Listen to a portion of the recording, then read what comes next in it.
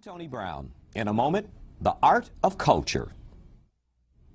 If every group has a culture, then every group has a body of art that represents its innermost meaning. Some people have devoted their lives to interpreting this art of culture. While on an individual level, art has a specific meaning. On a national level, it represents the fears and aspirations of millions of people. My guests on this program have devoted their lives to investigating human beings, our frailties, and our strengths in art. Tell us, as a patron, in lay terms, as a collector, somebody who accumulates art from people, how do you go about selecting art? And when you have it on your home, I've had the benefit of being at your phenomenal, fabulous house. How do you go about selecting what art you want, and what does this art mean? Okay. I want to back up just a little bit. Thanks, Tony, too, by the way, for having us here. I want to back up just a little bit with the question that you asked Phoebe earlier about African-American art and what makes it and that kind of thing. Because there are also African-American artists who paint landscapes. You look at them, you don't know it's an African-American artist. So we want to make sure that we kind of get that in there too. The thing that appeals to me when I'm looking at art is if it kind of makes my heart go pity-pat. I don't care. And I guess initially it could have been European art because that was what we were exposed to first. However, my first real paintings I think that we bought were African-American. Do you paint yourself? No, no, you don't? No. Not at all? I write, but I don't paint at all, no. Well, what is it about a picture that makes your heart go pity-pat? It's kind of internal.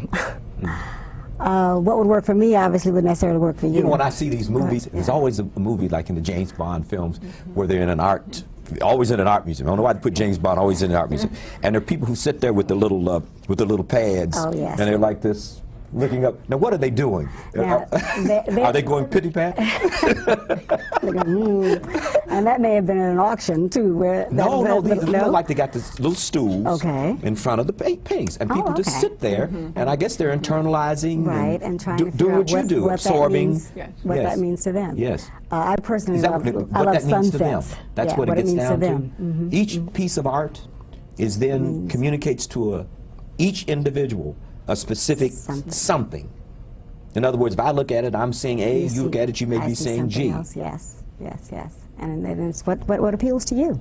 I tell young people who visit our home sometime, and they say, well, you know, I can't afford that, I want to start with something smaller.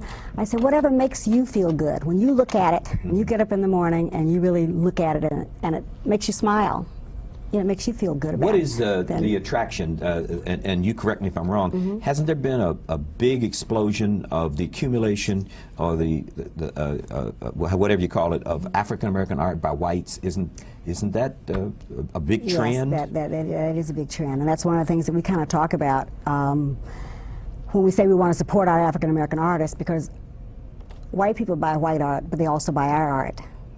We need to be buying our art. We need to support our African-American galleries and museums. A lot of times Bernard and I will visit a museum, a major museum, and we'll say, where's your African-American art collection? We've even found that it's in the basement sometime. You mean in an African-American gallery? No, this is in a general gallery. In a major gallery. In a major gallery. Major market. Yeah, major market.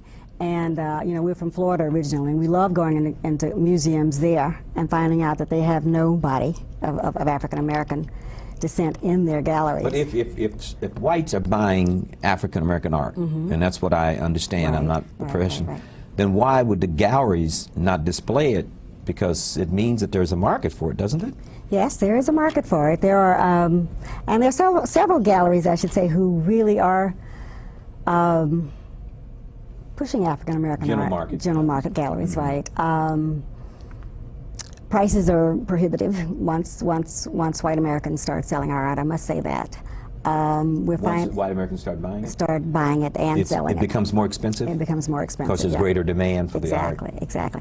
Now that's good for a living artist, say, so to speak, like Phoebe, because then more people are exposed to her work, and she's getting obviously a higher price for her canvases. However, on the other hand, it kind of prices itself out of our range, so to speak.